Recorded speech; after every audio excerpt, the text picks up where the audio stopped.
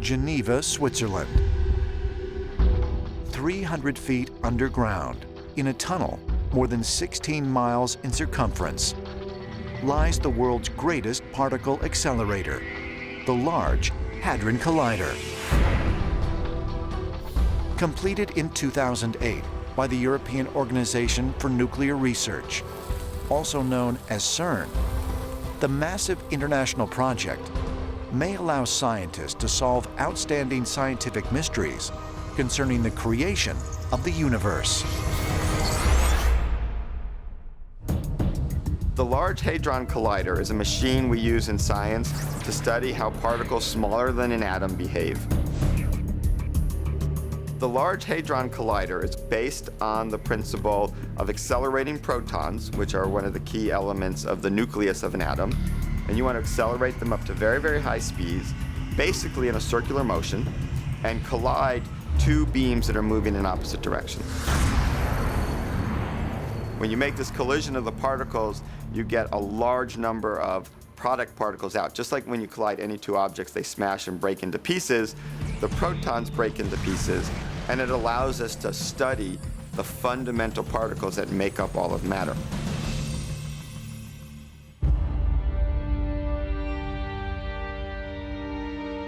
On December 13, 2011, scientists working with a Large Hadron Collider announced their findings of possible evidence for the existence of the Higgs boson, or what some refer to as the God particle. A number of physicists have discovered that there is a link between the four forces of nature that we believe exist.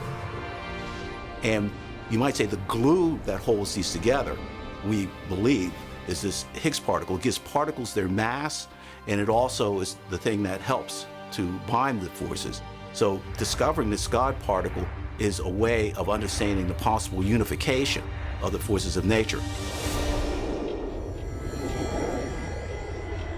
Some scientists believe the discovery of the so-called God particle may lead to the creation of the Higgs singlet, a particle believed to possess the ability to jump into another dimension, move forward or backward in time, and appear in the future or past.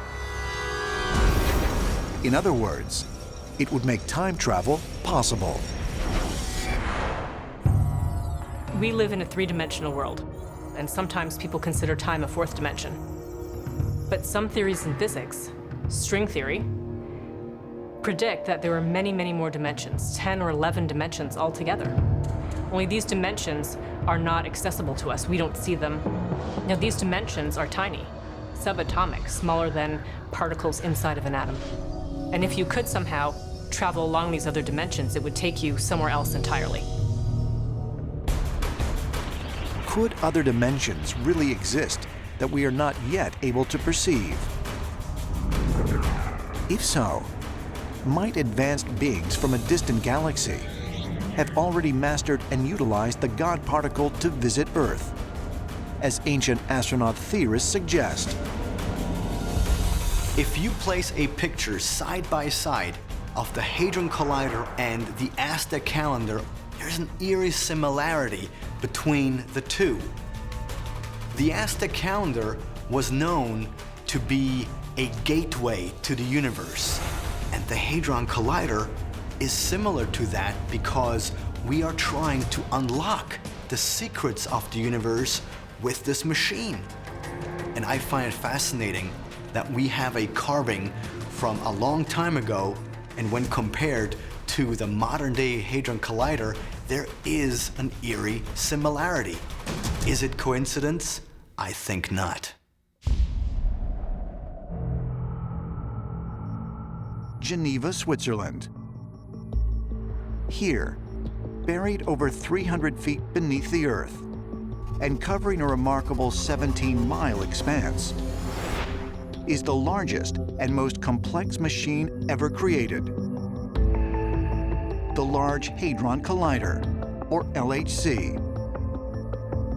Smashing tiny protons together at speeds of nearly 670 million miles per hour, the LHC creates such intense energy that some people are afraid it could actually create a black hole and swallow up the entire Earth.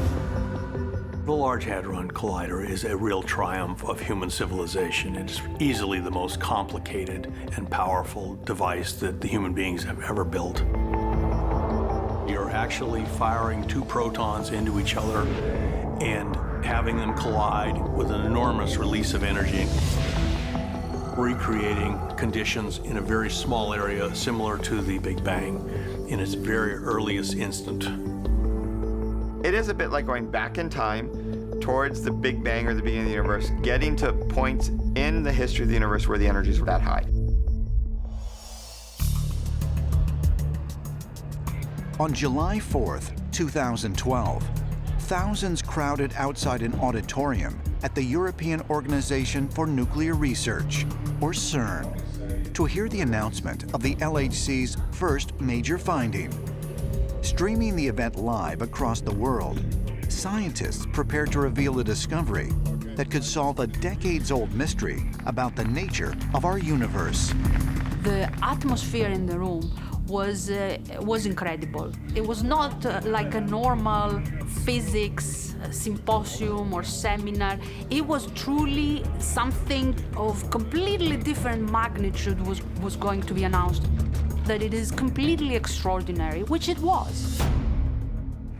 As a layman, I would now say, I think we have it.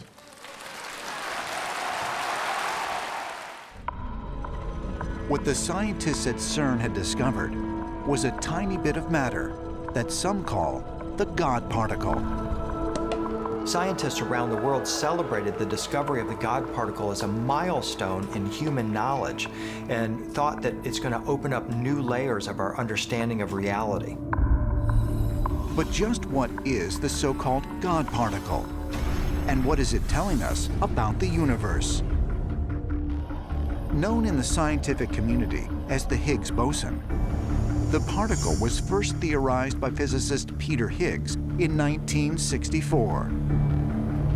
Its discovery confirms the existence of an invisible force throughout the universe, known as the Higgs field. Scientists believe when particles interact with this field, they acquire mass, which slows them down and allows them to form matter, such as planets and stars. An image that's often used is ping pong balls moving through sand or sugar. Sometimes they're pushed down real deep, sometimes they're on top of the sand. If you're on top, you move around quickly. If you're deep in, you move slowly. And that interaction with this other Higgs particle is what gives other particles their mass. You really can't overemphasize the importance of finally saying there is a Higgs particle and that we really are on the right track. There's great excitement in the scientific community because the Higgs field permeates all of space-time. It's possible, theoretically, to effectively switch off the mass of particles and achieve near light speed very easily. This could open up not only the planets, but the stars to human exploration.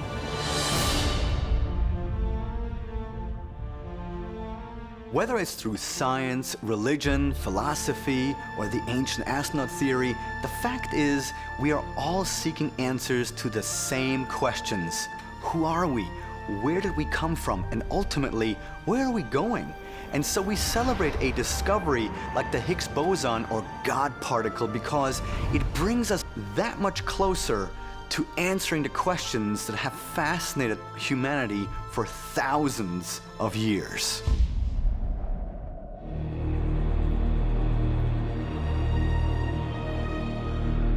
Angkor, Cambodia. Here, in the northwestern jungle, stands the largest Hindu temple in the world, Angkor Wat. Built in the 12th century, the temple's design is meant to represent Mount Meru, a mythical mountain that exists in the cosmos, that the Hindu believed was the center of the metaphysical universe. Numerous stone carvings adorn the walls of the temple, depicting scenes from the Hindu epic, the Mahabharata. Within the pages of this ancient text of Hindu mythology, there is a description of a non-physical plane of existence in the universe called the Akashic Record. Akasha is actually a Sanskrit word, and the Akashic Record is a term that basically the idea behind it is that all of the information in the universe is pre-existing, and an individual can actually tap into that information. Our ancestors began to look more into this, and the Akashic Records came about. Basically, the notion is this, that somehow all the information, not just from mankind, but everywhere in the universe, is somehow accessible. Some cultures actually say that this information really is a gift of the gods, that they left this somehow behind for us to use at our own will. And we are able to download this information from this other realm, this Hall of Records, whatever you want to call it. An interesting thing to correlate with the Akashic Record might be from Star Wars, the Force. Some type of cosmic energy that's omnipresent, and we have the ability to tap into this. This is something very new in our own sciences, trying to discover and understand this field of knowledge. Is it possible that Albert Einstein's method of meditation, which he called his thought experiments, was actually connecting him to the Akashic Record? Could the Akashic Record be the source of inspiration behind the world's geniuses? If so, how could such a metaphysical plane of knowledge exist? Perhaps the answer can be found in one of Albert Einstein's many theories. In 1935, Albert Einstein published a paper describing quantum entanglement. It theorized that if a particle is split into two parts, both remain linked to one another, even when separated over vast distances. The experiments showed that two particles separated in space and time demonstrated a connectivity. If you change the spin of one particle, the other particle would actually change its spin as well. In other words, if something happens to one, the other responds in the same or an equal and opposite manner, and that this occurs instantaneously. So it's a form of instantaneous communication. It's what Einstein referred to as spooky communication at a distance. What we have to remind ourselves is that we are made of stardust. Our whole body consists of material that has been here since before the beginning of time. And these particles that we consist of, each and every particle contain the knowledge of the universe. It's not only real, but it can explain to us so much weirdness in this world which we still don't understand and call paranormal.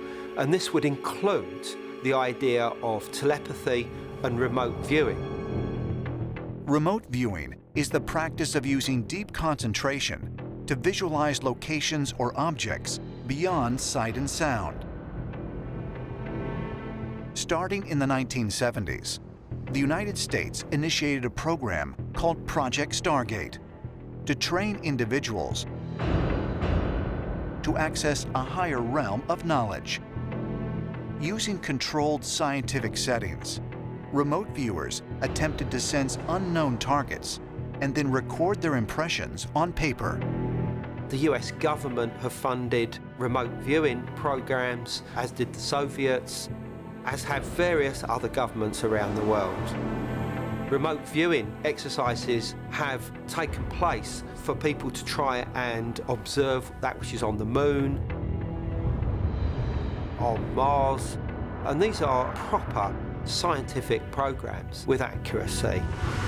The US military remote viewing program has scientific protocols for how to do this. There are really specific techniques where an individual can put out a question or a query, and if they are in that altered state of consciousness, they will receive information.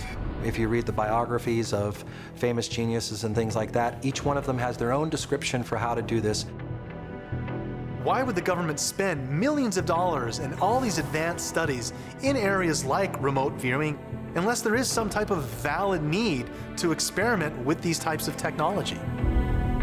If we think about the fact that we're all pretty much made of the same elements in the universe, is there maybe some atomic level of energy that allows us to communicate and tap into knowledge that we're now starting to rediscover? Is it possible that remote viewers were attempting to replicate the meditative techniques behind Albert Einstein's thought experiments? Can this explain how remote viewers might possess the capability to transcend both sight and sound? Could Einstein's thought experiments be the inspiration behind the incredible breakthroughs of Socrates, Nikola Tesla, and other geniuses throughout history? All these different geniuses, Ramanujan, Tesla, Socrates, according to their own diaries, always said that they were in communication with some type of otherworldly entities. So were all these people just crazy? Or is it possible that the universe is far more complex than we think?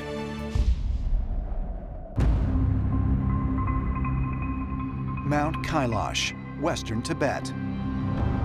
At an elevation of nearly 22,000 feet, this mountain is one of the most distinctive peaks in the world. This is a very interesting shape for a mountain. It is cone-shaped from one side and pyramid-shaped from another. And this is precisely the shape we see elsewhere in ancient Sumeria, ancient Egypt, various other ancient civilizations, whereby this pyramid-shaped object really is said to have some form of power, some kind of connection with the deity. In the Eastern world, Mount Kailash is regarded as the spiritual center of the universe and the birthplace of 4 of the world's religions: Hinduism, Buddhism, Jainism, and Taoism. For thousands of years, religious pilgrims have trekked here to perform the holy ritual of walking a 32-mile circular path carved along the mountain's base. Everybody at one point in their lifetime had to go to this place to connect with the gods. And this is really the interesting aspect, because what is it about this mountain which sets it apart from other mountains? There are several possibilities. One of them is that the gods really took residence here. Is it possible, as some ancient astronaut theorists speculate, that Mount Kailash was once inhabited or perhaps operated by the gods? They say the true significance of this mountain can be found detailed in an ancient Chinese drawing.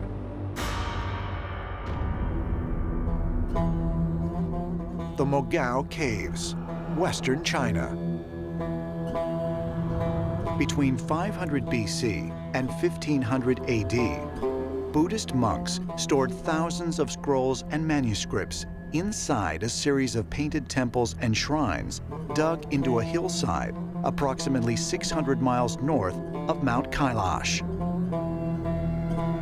Here, in 1907, Hungarian-born British explorer Arl Stein discovered a sealed-off room containing nearly 50,000 manuscripts in various languages. Arl Stein finds this incredible place called the Cave of the Thousand Buddhas, which is sort of like a Buddhist hall of records. It's a cache of thousands upon thousands of ancient Buddhist texts. Included within this is the Diamond Sutra, which is the oldest printed manuscript known to human history. The collection of ancient texts and relics also included a 2nd century AD Buddhist diagram of a cosmic mountain called Mount Meru, a sacred site believed to be a stairway connecting heaven and earth. For nearly 100 years, the ancient illustration drew little notice. But recently, the diagram caught the attention of a scientist from Northrop Grumman who specializes in the development of advanced weapons for the military. He said, I design particle beam weapons for a living, for the government. Do you realize that that's a blueprint for a particle accelerator? I went and compared the diagram of Mount Meru with an illustration of what's called a cyclotron, an atom smasher, which was used in the development of the A-bomb for the Manhattan Project. They're a perfect match for one another. Orlstein's diagram of Mount Meru that he found seemed to show Mount Meru as some kind of particle beam accelerator or some device that was stacked up, had different lenses. It would have made it into some device that focused energy.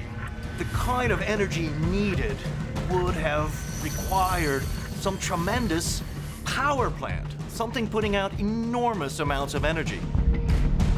Might the nearly 2,000-year-old Buddhist diagram of Mount Meru actually depict a device that today would run on nuclear power? Mongolian myth says that these celestial beings dwelled around Meru because of the energy that was emitted from it. It was a transmitter of this cosmic power that fed these celestial beings or kept them alive. Whatever the purpose of this device was, it would have required some extremely powerful energy source, some type of nuclear power. And I think that power might have come from Mount Kailash. This wasn't a place that actually put out spiritual energy, but what we're talking about is a place that produced raw energy, technological energy. Potentially, we're talking about a power plant.